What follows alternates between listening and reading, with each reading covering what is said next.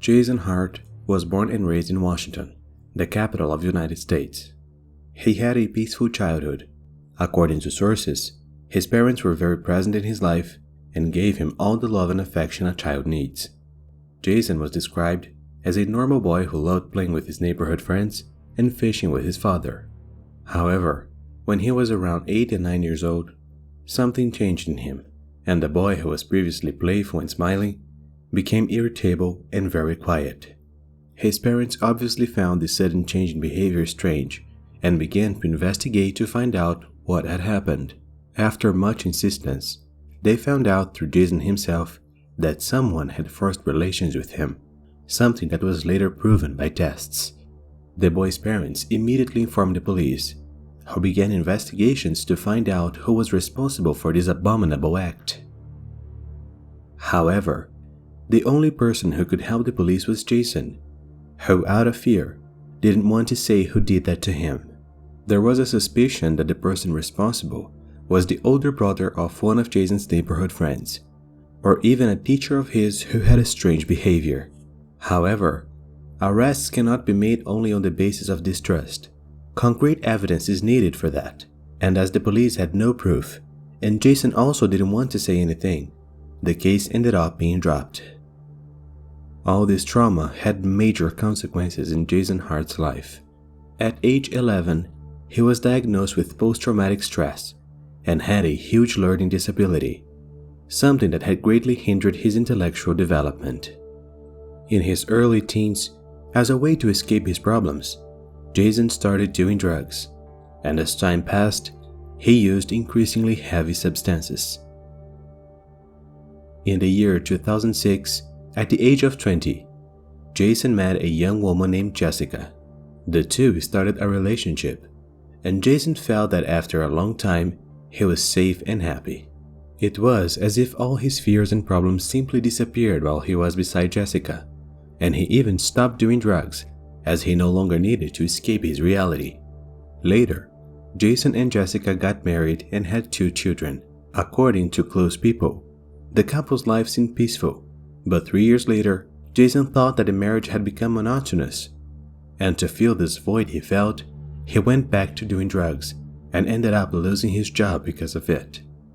Jason was desperate, as he now knew that with a family, there were people who depended on him.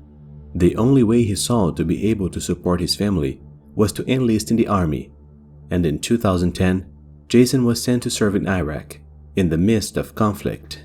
The place only brought more problems for Jason, who during an outbreak even threatened the lives of his own companions. As a result, he was referred to a military psychiatric hospital, where he stayed for 3 months and was diagnosed with PTSD, a mental problem in which post-traumatic stress is at its highest level, even causing hallucinations.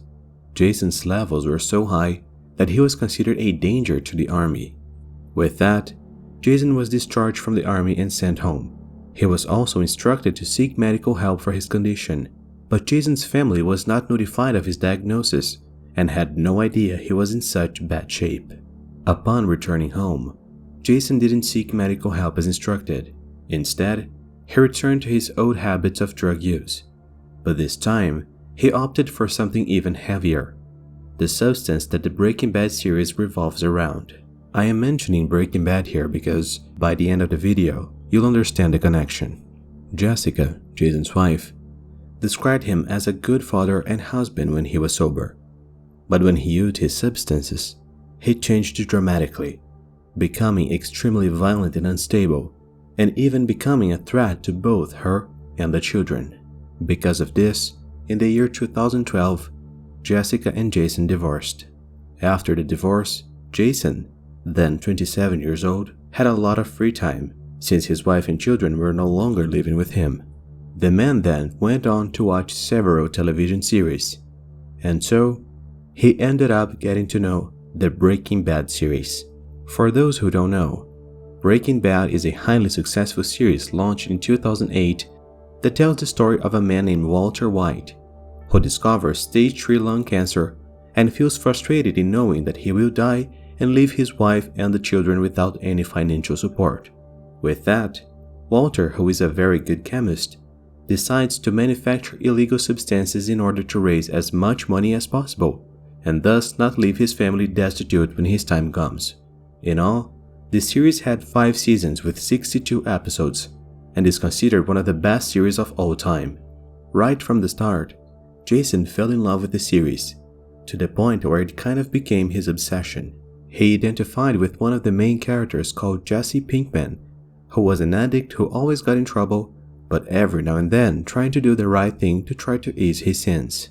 And just like Jesse Pinkman, Jason also felt like he had this inner conflict.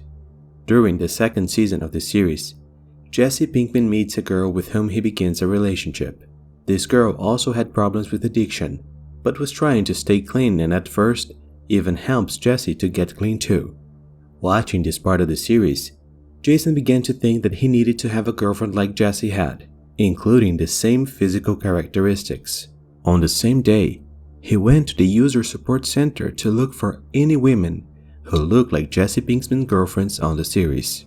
And it was at this center that he ended up meeting Regan Jolley. Regan was a 33-year-old woman who had lost custody of her children due to her addiction and was struggling to stay clean and at least be able to pay frequent visits to them. Jason asked Regan for a coffee, and less than 1 month after they met, he invited her to live in his house and she accepted. According to sources, Regan moved in with Jason in May 2013. At that time, both were clean and wanted to have a life away from addiction. However, a short time later, they had a relapse and returned to using illicit substances. It is sad that the use became so frequent that the money they had was not enough to support the addiction. So Jason ended up having an idea. He decided to rent and share his house with a couple he knew who were having financial problems and couldn't pay the rent on the house they were living in. Jason would have charged them well below the market rate, but that would have been enough for him and Regan to support their addiction. Thus, Jason and Regan began to share the house with a couple, known as Mr. and Mrs. Saddle. 2 weeks later, the problems began to arise. Jason began to be violent with Regan, and she began to tease him about the use of drugs, as she couldn't take that life anymore and wanted to stay clean at least to be able to visit her children. Things got so out of hand that one occasion, Jason got into a fight with Regan and threatened her with a hammer, saying he was going to take her life, until Mr. Saddle appeared and intervened in the brawl to smooth things over.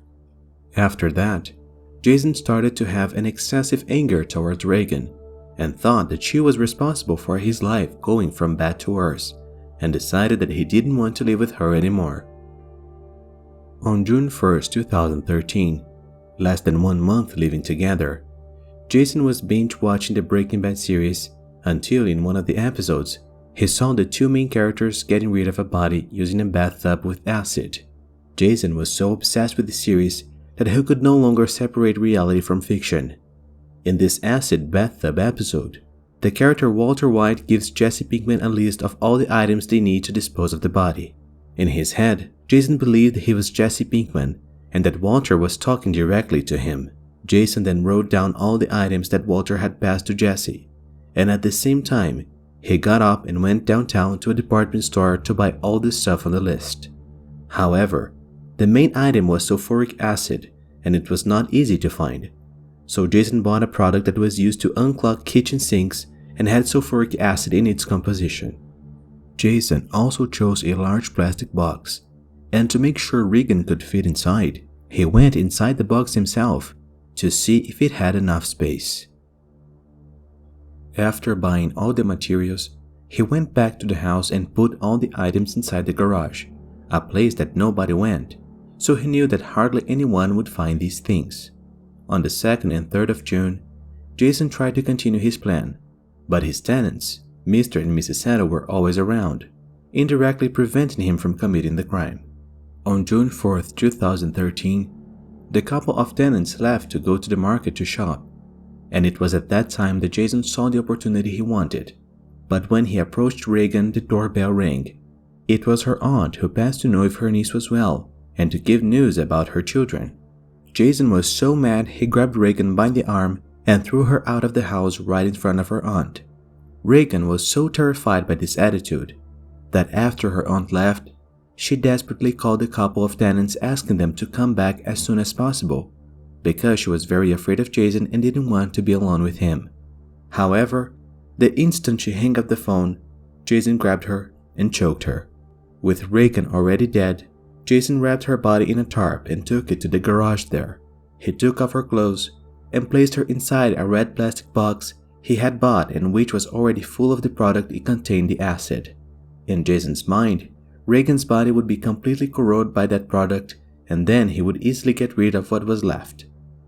As soon as he was finished, he heard that the tenant couple had returned from the market and so he ran into the house. Upon seeing Jason, Mr. Sato asked where Regan was, and Jason said she had gone with her aunt and would be back in a few days to collect her belongings. The couple noticed that Jason was a little strange and didn't really believe what he said, but they didn't question him either. Before the couple could go to their room, Jason looked at them and said, "If I were you, I wouldn't go to the garage. You won't like what you'll find there," and gave a sarcastic smile on one side. The couple was a little thoughtful, but they figured it was something related to illicit substances. When everyone went to sleep, Mr. Sato got up and walked to the garage without making a sound. There he saw the red plastic box that had a puddle of liquid that smelled strong underneath and decided to open it. Inside the box was Regan's naked body, partially corroded, as the acid Jason used was too weak. Terrified by what he saw, the man immediately called the police and reported what had happened. He went back into the house as carefully as possible so as not to wake Jason and called out to his sleeping wife. The two then grabbed some things and left the house together, bumping into a SWAT team that had already arrived at the scene. Around 7 a.m., Jason Hart woke up to see the SWAT team in his backyard. The police didn't invade the house and decided to wait. Because due to Jason's history and the fact that he was an ex-military man, it led to the belief that he might have weapons in the house, and that could lead to a direct confrontation that would result in casualties. SWAT expected Jason to surrender as soon as he saw them, but for 4 hours the man held out and didn't surrender. During all the time that Jason remained inside his house surrounded by the police, he constantly used narcotics. At around 11:15 a.m., Jason used his last illicit substance, and less than 10 minutes later, he walked out the door of the house and turned himself into the police. The entire action was broadcast by television stations that had been warned about the incident. Upon being arrested, Jason still believed that he was Jesse Pinkman and that he had failed Walter White. At the police department, he confessed to everything he did, and during a search of his home, the police found the DVD of Breaking Bad series still paused in the acid episode. His first trial took place in the year 2014. His defense argued that he was an addict and that he suffered from post-traumatic stress disorder at high level. Thus, it was determined that the trial could only proceed after Jason underwent a psychological evaluation to determine whether he was mentally capable of being judged as normal.